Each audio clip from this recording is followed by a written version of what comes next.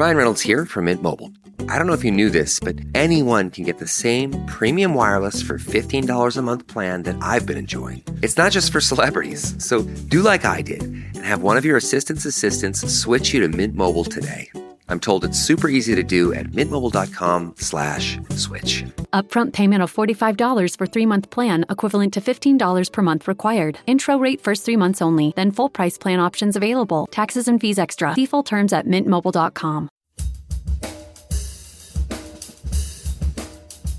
My daughters are using all these free things, apps, share screens, talk to one another, text each other, and FaceTime and all this, and we weren't using any of it in hospitals. I mean, how insane is that?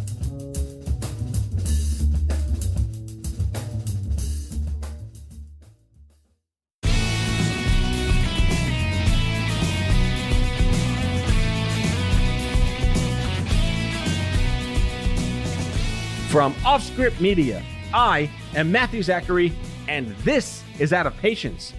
Welcome to part 2 of my conversation with Dr. David Langer, chairman of the Department of Neurosurgery at Lenox Hill, co-founder of Playback Health, and rock star of the critically acclaimed Netflix series Lenox Hill.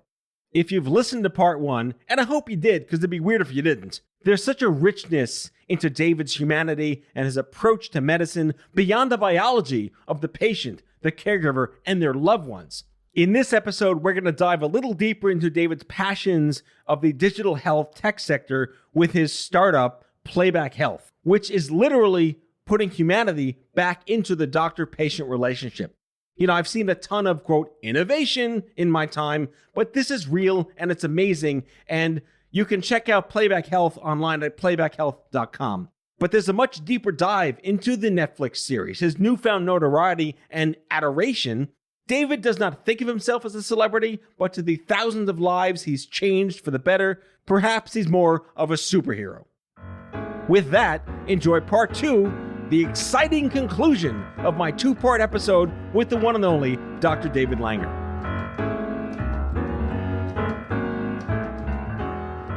So we've mentioned this word playback several times in the first series of our conversations, and I want the listeners to know that this is going to become something emotional for me, because when I first met you and learned about it through our mutual friends, it hit me in a way that I wasn't expecting. I'm 25 years out of brain surgery. I am so beyond the emotions of that moment and the life-altering 6 months to live, I'm 21-year-old kid experience as a wizened 46-year-old man at this point. But the one memory I have of that time, which was reenacted not because of me, in the film 50/50 that was published by Seth Rogen and Evan Goldberg, and that was a seminal pop culture film, was the time I was wheeled away from my parents and I got a chance to say goodbye. And I didn't know if I'd be alive to ever see them again when they wheeled me away from my parents with my 2 A-lines hooked up to 75 different things in 1996. And they sat in that waiting room alone for 8 hours with no contact with anybody, desperate to know if I was going to be okay, if I was going to live, if I was going to come out of this in some form or fashion of myself. And the grief that I felt as a survivor to my parents, having gone through that, was something that I held inside me and carried for years until I had my gestalt, series of acceptances through survivorship. And when I learned about this app, which does many, many things, but at least for me emotionally, it did one thing I wish that was there for my parents. It would allow them to basically FaceTime, by today's parlance, with someone like you, with my neurosurgeon, in the operating room at certain points in time to let them know we're doing all right, he's going to be okay. Just the idea that they could have been told anything in those 8 hours to give them some sense of they're ready to throw up for 8 hours because their son might die. That really struck a chord with me. And whenever anyone says, man, that's something I wish that I had and something that someone today doesn't know they need, let's discuss where the idea obviously the need makes so much sense, but where did the original idea come from to create this? I hate calling it a solution. It's humanity. You're creating a level of human dignity that didn't exist before. I don't know. No, I'm kidding. Just say your magic 8-ball. Tell me what the future lies. It was a series of, in 2000s, I was always an Apple guy, and I hated PCs. We're going to agree on way more than I thought. Yeah. So when I got into medicine, when I moved to New York in 1998, I was immediately on a PC, and I used to have 2 computers. Well, before there was Sonos, when the internet was growing, and I had all these CDs in these circular CD carousel. That stands for compact disc, kids. Compact disc format. And we used to have these carousels. And the trouble is, you could never find them. There's no way to search them. You could have their titles and crap, but you couldn't search. So you were always playing the same music over and over again. And I realized if I uploaded my CDs into my computer through a CD drive, I could basically catalog them better, throw them away because they took up a lot of room, and with a simple red to mic jack, a yellow red or white red to mic jack, I could use my computer as a stereo system. And so I had done an iMovie course in the new Apple Store in Soho. iMovie, wow. Yeah, okay, so we're throwing back today big. The Apple Store in Soho, I think, opened up around 2003, 2004. And I took a course down there on how to use iMovie because my son was born in 98, and I want to make movies of my kids. My daughter was born in 2003. And what I did was I went down there I used to go down there after work, and I took this course and I used the format. And I got really facile with, video and audio and editing. And then I hired a guy named Ken Court to help me build a Apple-friendly stereo in my home. And especially the high-def TVs had just come out. So my TV became my computer and my stereo, and we had a Bluetooth mouse, and I can now play all my songs with no CD player in my apartment on my television. And this was like earth-shattering. And we probably should have formed a company back then, but I'm a doctor. So I became close with Ken. I used to pay him to do that stuff, but he had his own Apple consultancy. And around 2006, I started realizing that when patients, they made the transition from film to CDs, radiology. So patients used to come with film. When they came with the compact disc, the big giant, larger than a newspaper sized, right, the envelopes. Yes, the big envelopes. And so they'd come with the CDs. Well, you'd stick the CD in your computer, you'd play it for them, you'd show them the stuff, and you'd give the CD back, and they'd leave with the same CD. And this is like insane. We're putting the pictures on a monitor, and they go home and they look at the thing themselves. They have no idea what they're looking at, and you tell them they had an aneurysm or a brain tumor, and they weren't hearing you because their brain turns off. Yeah. Going back to 50-50, that's that scene with Michael Joe Levin. Yeah, where everything goes Charlie Brown teacher. That's exactly. So accurate. So it was like, I knew the QuickTime could do screencasting, but I didn't have an Apple computer yet. And then in 2007, the Apple changed their chip from the Motorola to the Intel chip, and you could run emulation software on an Apple machine, and that was it. Because now I got rid of all my legacy PC shit, and I installed all the legacy software, the hospital software, on an Apple device because I could run a PC emulated environment on my Apple. Yeah. Then I could go and I could throw a CD in there. I could play it for the patient in my office. I could record the screen because QuickTime for Apple, you could do a screen recording.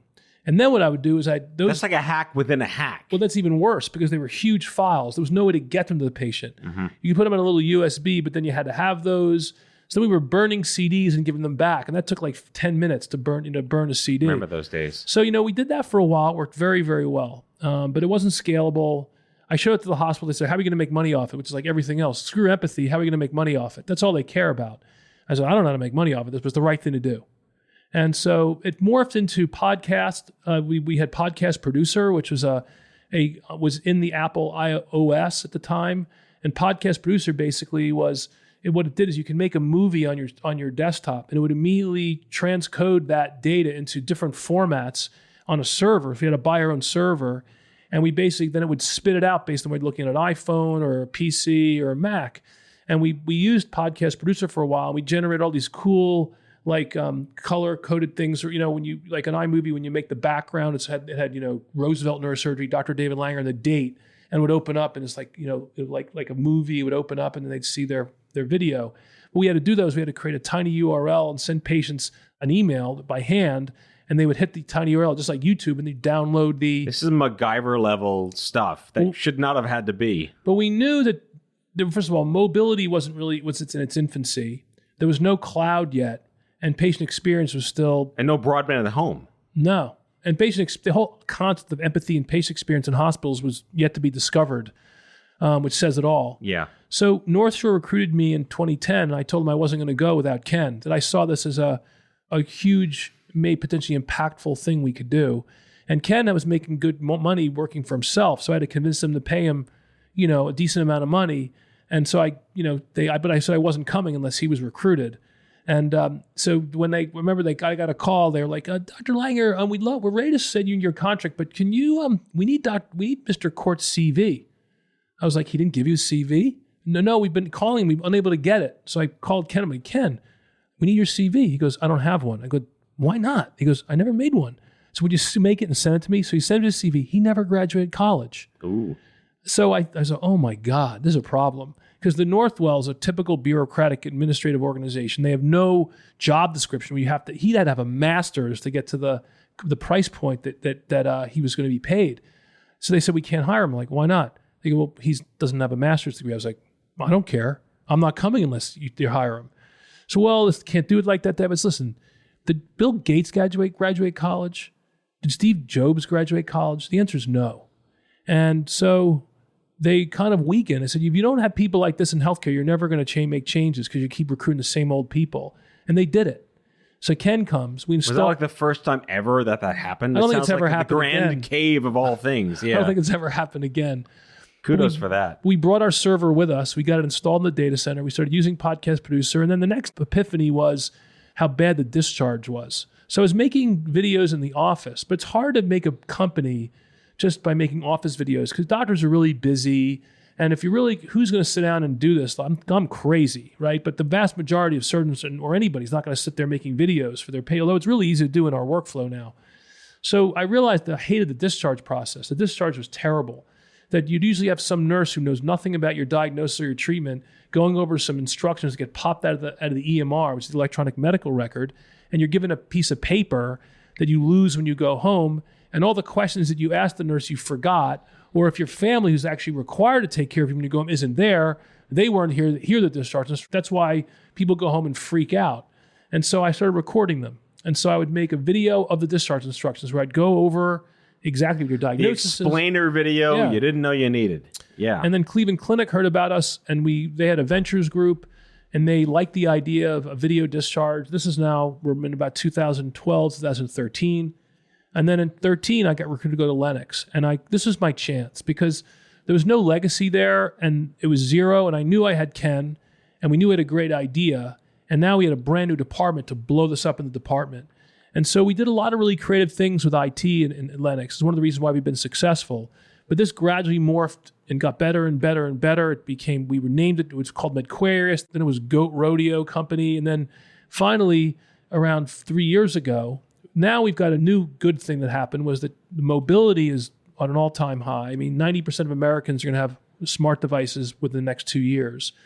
The cloud became ubiquitous, and patient experience became important to healthcare after the Affordable Care Act. But also, the emergence of the digital health Silicon Valley universe was reaching a peak. That came after us. Right. That started in like 05, 6, 7. Like our mutual friend, Missy Krasner, and I met at the dawn of what they used to call digital health. That's like Model T. Yeah, that was literally now. And then we're getting to like Chevy Impala 88, station wagon, and then finally we're hitting Bugatti these days. But we're not Bugatti yet. Yeah, maybe old, like 1918 Bugatti. Yeah. Like pandemic Bugatti. Right. But I think that the perfect storm of patient experience, cloud, and mobility is what's allowing us to be valued now. The truth is, as much as I hate the concept of money being a shiny object, without being able to make money, you can't survive. Right. And you could have the greatest idea ever, but if you can't support itself or it's a cost, it doesn't work. And so now all of a sudden there was this imperative to solve some problems that nothing else could solve. And my CEO, Greg Odlin, who's an old friend of mine, it's kind of like George Clooney and Randy Gerber. Randy Gerber and George Clooney are on the beach in Cabo for years. They were had houses next to each other. And they kept talking about, they came up with this amazing idea of creating tequila called Casamigos. It was like one of the best tequilas out there. Well, Greg and I were sitting on the beach in Amagansett for years, and I kept telling him about playback not playback yet, but telling him about this idea. So Greg left his hedge fund because he was sick and tired of Wall Street, not knowing he was going to work with me. But after 7 months, he wasn't really doing much. He had a tail on his contract. He was protected financially, at least for the beginning. And his son was my intern. And he kept telling his dad about how cool this was. So Greg asked me in October of 17 if he could work with me. And I said, yeah. He's my best friend. I trust him implicitly. And then he basically made a company. We pulled out of North Thor. We no longer had, we were no longer beholden to the big daddy. And he came up with a name. He and his wife came up with the name Playback, which was perfect, much better than Medquarius. And, too many syllables anyway. Yeah, and we raised money, and we got the right software people, and we're kicking it. But this was an empathy play. I want to put my patient hat fully on squarely. This is an empathy play. At Stupid Cancer, we would say, make this suck a little less, right? This isn't solving the world's problems. This isn't fixing global warming. This isn't saving Darfur, to channel George Clooney. But this makes one little thing suck a whole lot less by adding humanity and empathy to an otherwise really shitty experience. Well, the truth is most great companies start with a simple idea. And we were solving a very specific problem that patients don't remember what you say to them. Whether it's at the bedside, in the office, people can't communicate very well because if I tell you something and you're gone the next day, it evaporates. And especially in healthcare now where we just have, when I was a resident, you were there every day. You had like 1 day off a week and you were on call every third night and you were still in the hospital the next day. Well, all the new residency regulations, number one, if you're on call the night, you go home the next day, so you're not even there.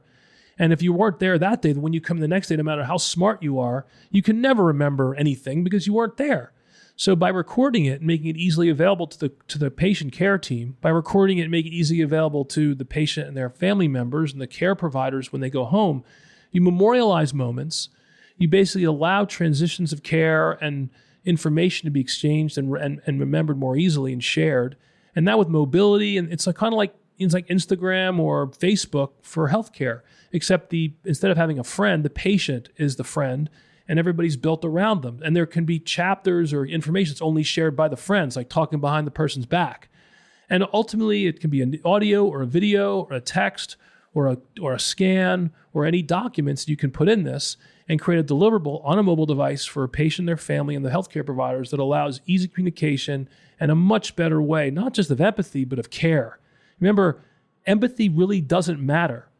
Ultimately, the outcome of the patient matters. It's bad for you as the patient, but it's not what if I was making a purely empathy thing that didn't show that it was beneficial in some other way, now, because patient experience has value now financially to health systems, empathy matters purely because it's making money for hospitals, because patients will rank you. But empathy is not going to really make you better, as crazy as that sounds. If you have cancer, here's a choice. You have a cure of cancer with a total jerk for a doctor who's going to cure you, or you have a super empathetic doctor that doesn't have the same drug. Where are you going to go? You're going to go to the guy that can cure you. You accept the fact that he's a jerk, and you just take your hit and you move on. And you may not like him, and you may be upset and crying when you go home because he answers your questions, but you're cured. That's the problem. And so empathy is an add-on for most physicians. But it's essential to the well-being of our environment, our teams, and the way we behave. And that's why it gets the short end of the stick.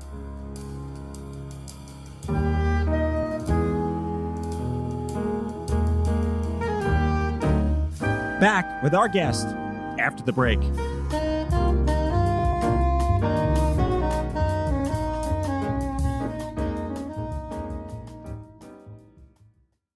Craving your next action-packed adventure? Audible delivers thrills of every kind on your command, like Project Hail Mary by Andy Weir, where a lone astronaut must save humanity from extinction, narrated with stunning intensity by Ray Porter. From electrifying suspense and daring quest to spine-tingling horror and romance in far-off realms, unleash your adventurous side with gripping titles that'll keep you guessing. Discover exclusive Audible originals, hotly anticipated new releases, and must-listen bestsellers that hook you from the first minute. Because Audible knows there's no greater thrill than the one that speaks to you. Discover what lies beyond the edge of your seat. Start your free 30-day trial at audible.com/WonderSuite audible.com/WonderyUS. That's audible.com/WonderyUS.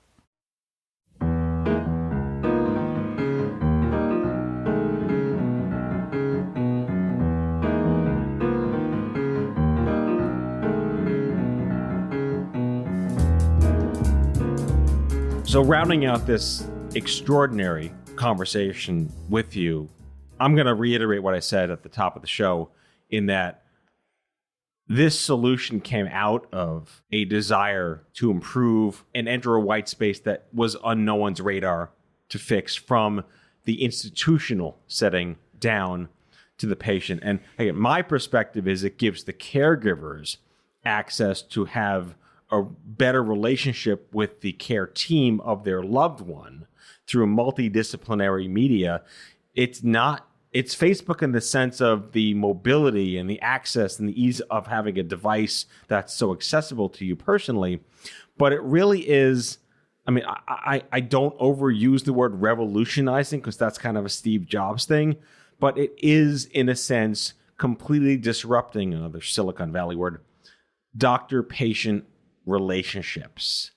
And yes, it has ties to the EMR. Yes, it makes your team at the hospital more lucid and aware of the sequence of events that would give this person a better outcome and their family less anxiety and stress, and maybe even increase compliance and adherence and give them the dignity of their life back when shit happens.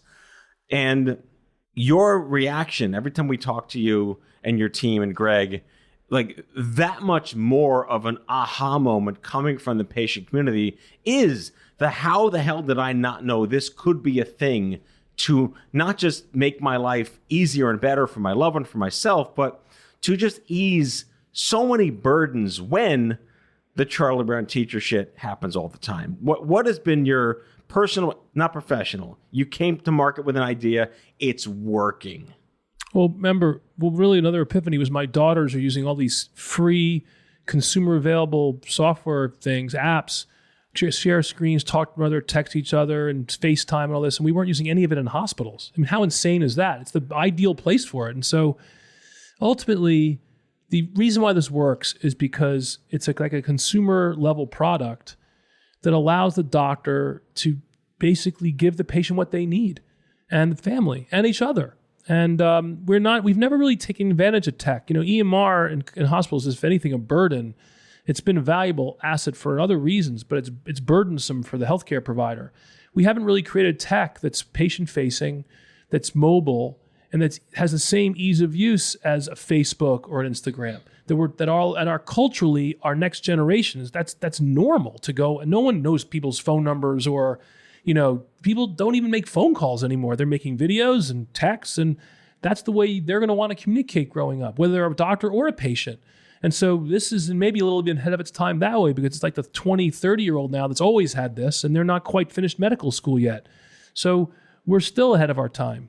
But these consumers are going to demand it.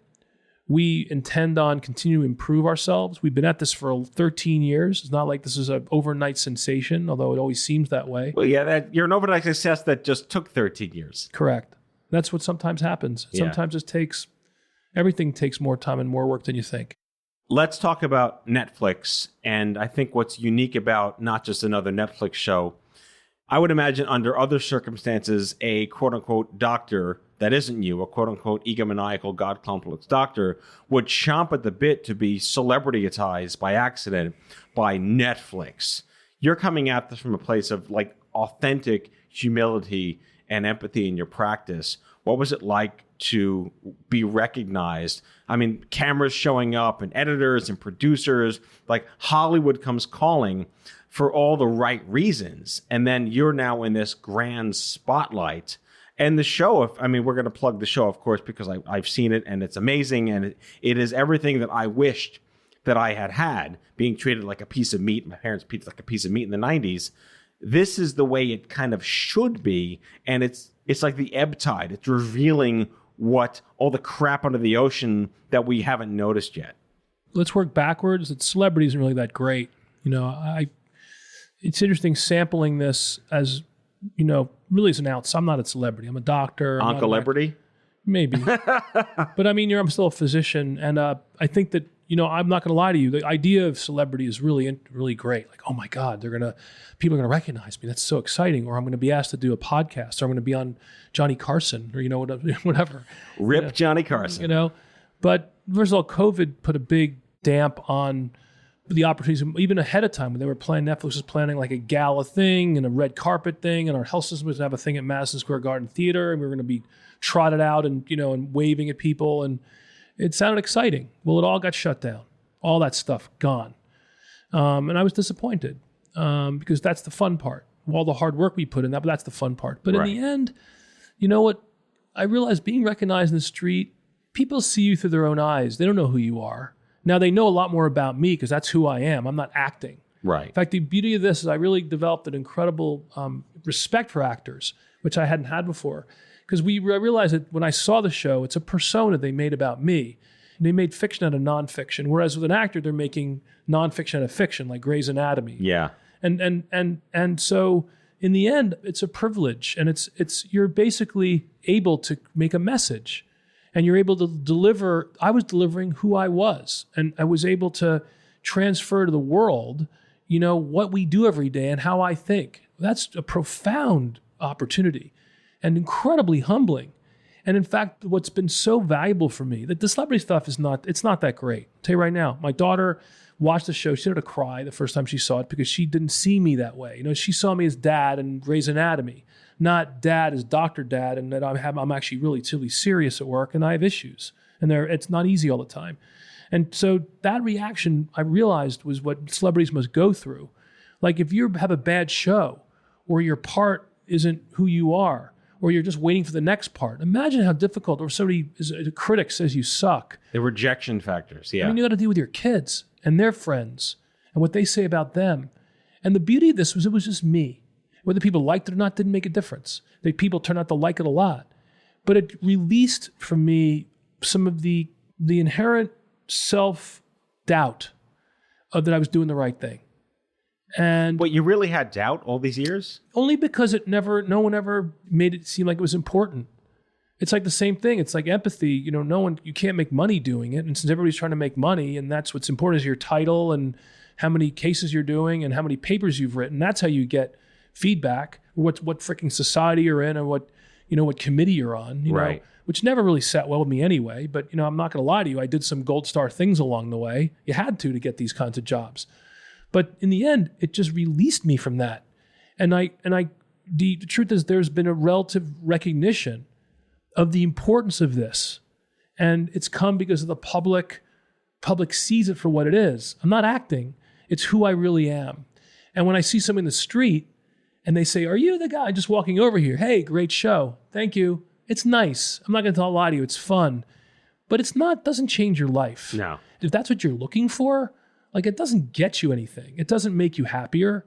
It doesn't make you smarter. It doesn't make you have to work any less. It's a nice thing. I'm happy to take a picture, a selfie with somebody, or send somebody a video. But I'm kind of like, I really don't need it. I'm glad I didn't do all that red carpet stuff. I don't need it for that.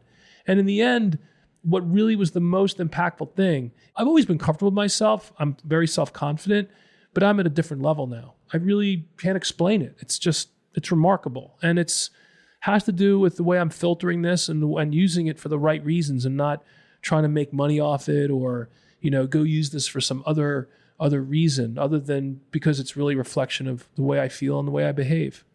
So the eager young minds of tomorrow, the pre-nurses, the pre-meds, current residents, interns, fellows in their 20s, maybe early 30s, are going to watch this documentary. What do you want them to take away from this that might be missing in their lives? What white space is this filling? Hopefully not, I can be a Netflix star, but hopefully what is it you're passing down to the next generation? Well, the Netflix thing is a one-off. I mean, it's going to be very hard to see how this could happen again. Even if they do a second season, I'm really concerned. I don't even necessarily want to do it. I mean, I'll do it because I think it'd be a nice thing to do, but I just don't think it's going to have the same impact with COVID and Black Lives Matter and where healthcare is right now. It's like another perfect storm almost. You can't look at this as kind of your goal. If it was total luck. I'm going into medicine to be a TV star. So that's number one. Number two, what I was hoping would happen, the reason why we did it, the epiphany of doing this to begin with, and the reason why the general thesis statement to do this to begin with, is that I had just felt that healthcare in general have done a terrible job at marketing itself. They are afraid. They're afraid to let people in. That's because a lot of people are doing bad things. And I knew we were legit, and I had nothing to hide. That was us. But many places aren't like that. There's a lot of stuff that's being done inappropriately and infighting. And our department just happened to be perfect for this because of our culture, number one. Number two, I also wanted to show that we're doing good things. We're not always perfect. We're not always what they think we're supposed to be. And most people do well. But I think it's when my kids were growing up and see what they look up to, whether it's some YouTube star or the Kardashians or an athlete or a musician, which take nothing away from them. They're very talented. Well, in reality, people, you can make that decision. They certainly they're talented to market themselves. But if you're famous for being famous, you're not worth anything. Well, they're beholden to the things that I don't find interesting. Like the fact that people are saying hello to me doesn't really matter, but that's what that is. It's just forcing. It's just to 3 orders of magnitude. That's all that really is. Right. And if living like that's horrible, because how do you scale that? And what if it doesn't work? And then you have to work with social media and getting it and how many likes you have. And it's terrible. Yeah. What a terrible way to live. But in the end, that's what this was. It was just let people in to see what you could, so a young person would consider doing this someday. That they'd say, you know what? I want to be like that. That's a good thing to do with my life. That was the reason why we did the show. That is the perfect answer, is to help create a new generation of awareness and cogence and empathy and just a different dogmatic approach to why medicine matters to you. I would even say I'm not trying to create empathy because I'm not sure if you can. What I'm trying to do is catch people when they have it and when it's in them and make it cool and identify that you can do this and maintain that it doesn't have to go away. That's the thing. Going back to your original question, this is about, you don't have to be a jerk and you can actually do really cool stuff and push your envelope and be ambitious and be a great doctor and still be empathetic. You can do that. Yeah, just channeling our origin of Benedict Cumberbatch, as the douchebag Doctor Strange, it took him nearly dying to learn empathy. That's like the doctor, that movie with Martin with Bill Hurt, the doctor. He was this crazy vast, drove a Porsche, and then he got cancer. And it shouldn't take cancer. No, it shouldn't. But apparently, empathy is learnable, if only by those extreme circumstances. We have to get cancer. Yes. Well, that's the truth. Doctors become patients, and they finally wake up and realize, oh my God, this sucks. Dude, really? Like it took you to get cancer to figure that out? That's a shame, really. Yeah. David Langer, chairman of the Department of Neurosurgery at Lenox Hill Hospital, I'm going to say star, of the legitimately acclaimed Netflix series of the same name, Lenox Hill. This has been just cathartic and all things incredibly full circle for me. Thank you so much. I'm really thankful for the opportunity. You're a great guy. Your experience, the listen to yours is incredibly valuable too. So congratulations to you and what you're doing. You're doing great. You're doing great work. Thanks. That's all for today, folks. If you like the show, be sure to subscribe, leave a review, follow us on social, and tell all your friends to listen. Out of Patience with Matthew Zachary is a product of Offscript Media. Our executive producer is Matthew Zachary. Our senior producers are Jen Horangeff and Andrew McDowell. Darren Tunn is our production intern. It is recorded, mixed, and edited by Matthew Zachary. Our theme music is by the Mike Van Allen Quintet and by Mara. For advertising and media inquiries, email media@offscript.com. Hit us up at contact@offscript.com to share comments, feedback, and make guest recommendations. For more information, visit offscript.com.